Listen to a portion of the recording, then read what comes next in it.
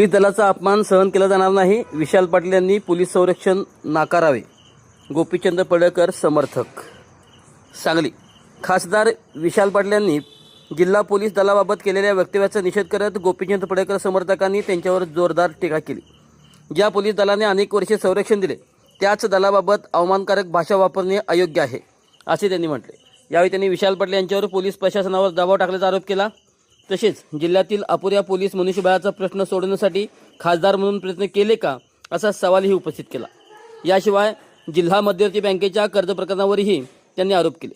शेवटी पोलीस दलावर एवढाच आक्षेप असेल तर पोलीस संरक्षण नको असल्याचे जिल्हा पोलीस अधीक्षकांना लेखी कळवावे असे आवाहन देत त्यांनी पोलीस अधिकारी व कर्मचाऱ्यांना कोणत्याही दबावाला बळी न पडता निष्पक्षपणे काम करण्याचे आवाहन केले. सांगली जिल्ह्याचे विद्यमान खासदार विशाल पाटील यांनी काही दिवसांपूर्वी सांगली जिल्ह्याच्या पोलीस दलाबाबत अतिशय खालच्या दर्जाची टीका केलेली होती. मला विशाल पाटलांना एक प्रश्न विचारायचा आहे की आदरणीय वसंतदादा पाटील मुख्यमंत्री जेव्हापासून झाले तेव्हापासून आज अखेर तुमच्या कुटुंबाचं संरक्षण जे पोलीस दलातले कर्मचारी अधिकारी करतात त्याचा विसर तुम्हाला पडलेला आहे का? तुम्ही एक गोष्ट मान्य करायला पाहिजे की ह्याच पोलीस अधिकाऱ्यांनी कर्मचाऱ्यांनी तुमच्या कुटुंबाला आज अखेर संरक्षण दिलं आहे. पण आपण या पोलीस खात्याच्या अधिकाऱ्यांच्या कर्मचाऱ्यांच्या बाबतीत बोलताना थोडंसं मर्यादा पाळणं गरजेचं होतं. याचं कारण असं, तुम्हाला खरोखरच गुन्हेगारी मोडीत काढायची आहे असं जर ओरिजिनल असतं तर तुम्ही शिपूरमधल्या एका रेकॉर्डवरच्या गुन्हेगाराला हद्दपार करू नका म्हणून मिरज तालुक्यातल्या संबंधित पोलीस अधिकाऱ्यांना वरचेवर फोन केले नसते. म्हणजे तुमचे दाखवायचे दात वेगळे आणि खायचे दात वेगळे आहेत. पोलीस खात्यावर तिथल्या अधिकाऱ्यांच्यावर तुम्हीच दबाव टाकता की संबंधितावर तुम्ही हद्दपारीची कारवाई करू नका म्हणून. त्या गुन्हेगाराला तुम्ही पाठीशी घालण्याचं काम करता आणि इकडे पोलीस दलाचे वाभाडे काढता. हे कितपत योग्य आहे?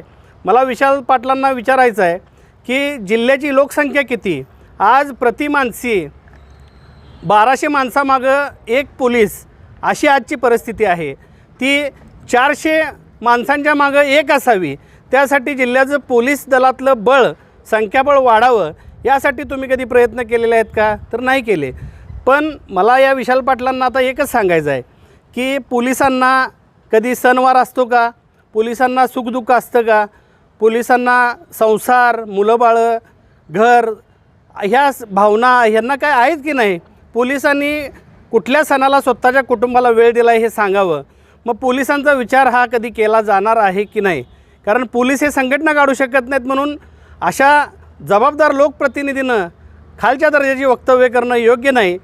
पण मला कालची अनेक चर्चा माझ्या कानावर आली की विशाल पाटील यांना जिल्हा मध्यवर्ती बँकेनं 256 कोटी रुपये मंजूर केले कर्ज म्हणून.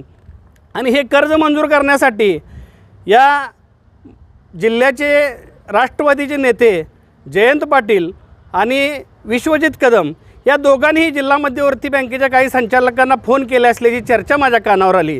म्हणजे आज या सांगली जिल्ह्यातलं बहुजनांचं एक नेतृत्व जे प्रस्थापितांच्या विरोधात छड्डू ठोकून उभं आहे, जे छाताडावर नाचते आदरणीय गोपीचंद पडळकर साहेबांच्या रूपानं, ह्या गोपीचंद पडळकर साहेबांना कुठंतरी विरोध करण्यासाठी आपण एकटे पुरणार नाही म्हणून या 3 लबाड लांडग्यांनी ह्यांची टोळी तयार केलेली आहे. पण मला एवढं सांगायचं आहे की गोपीचंद पडळकर हे बहुजनांचं नेतृत्व आहे आणि ते सत्याचाच विजय होण्यासाठी कायम धडपडत असतं. ह्यांनी केलेली सगळी जी काही चुकीची कामं आहेत ते बाहेर काढण्याचं काम करत असतं.